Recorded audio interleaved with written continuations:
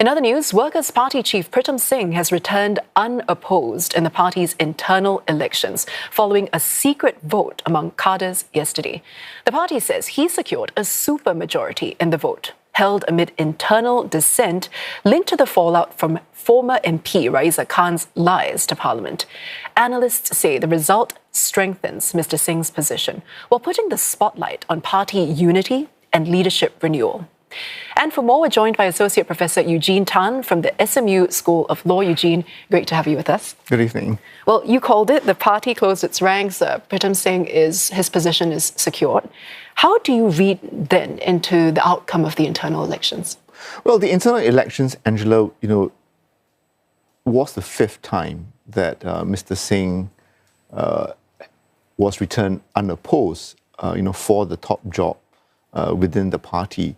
So when you look at his first time he became party chief in 2018, we're looking at 8 years in which, he has had the control, of Singapore's leading opposition party.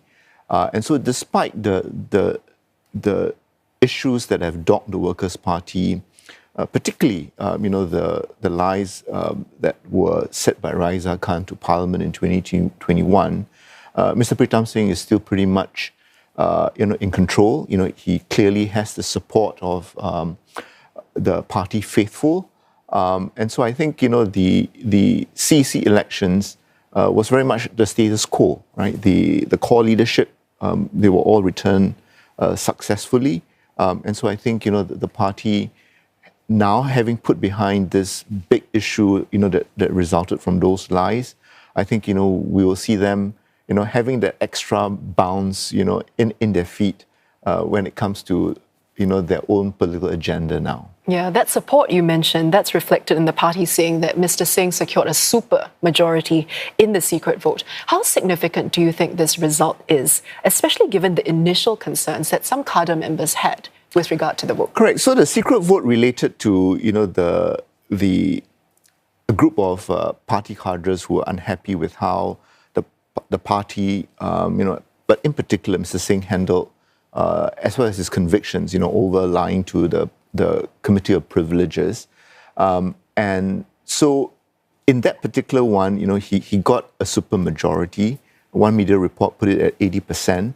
And I think that pretty much reflects, the support. He had the numbers with him, something that I think was quite clear going into Sunday's proceedings. And I think, the support that was expressed by his predecessor, Mr. Lau Tia Kiang, certainly gave that boost as well. So, 80% or thereabouts, suggests that, putting aside the dissenters, many of the cadres, decided that Mr. Singh still continued to deserve their support. And I think it drew a clear line, for the party when it comes to this whole issue arising from the lies to Parliament. And what does all of this say then about Mr Singh's position within the party now? Would you say he has consolidated his... Well, I think certainly, right? I mean, you had this big issue, which could have affected his leadership. He came through it very well. He prevailed. He had the numbers. But I think, even as we say that his position is strengthened, I think it is also clear that he has been put on notice, right? I think going ahead, the party, Mr Singh in particular, cannot afford, to have another major misstep. So I think in that sense, when you look at the Sunday's proceedings, yesterday's proceedings, I think, there is some level of humbling effect, because here the party faithful wants him to account. So I think at one level he's strengthened, but at another level, I think, he has obviously read the unhappiness, and going by media accounts, I think he was able, to address the concerns. I don't think everyone was entirely persuaded, but the main thing was, it didn't divide the party any further. And I think when it came to the biennial CEC elections, right, that took place after the secret ballot, the party closed ranks. Yeah. Would you say that the absence of a challenger at this point suggests a confidence in Mr. Singh's leadership, or would you say it also raises questions about the idea of leadership succession or, any capability of forward movement in this sense? I think it's a function of both, right? So one is, of course, the party recognized that, despite the shortcomings, despite the mistakes, despite the court conviction, Mr. Singh is still the best person, to lead the party. But I think there was also the view, if they were to oust Mr. Singh, who else can step up?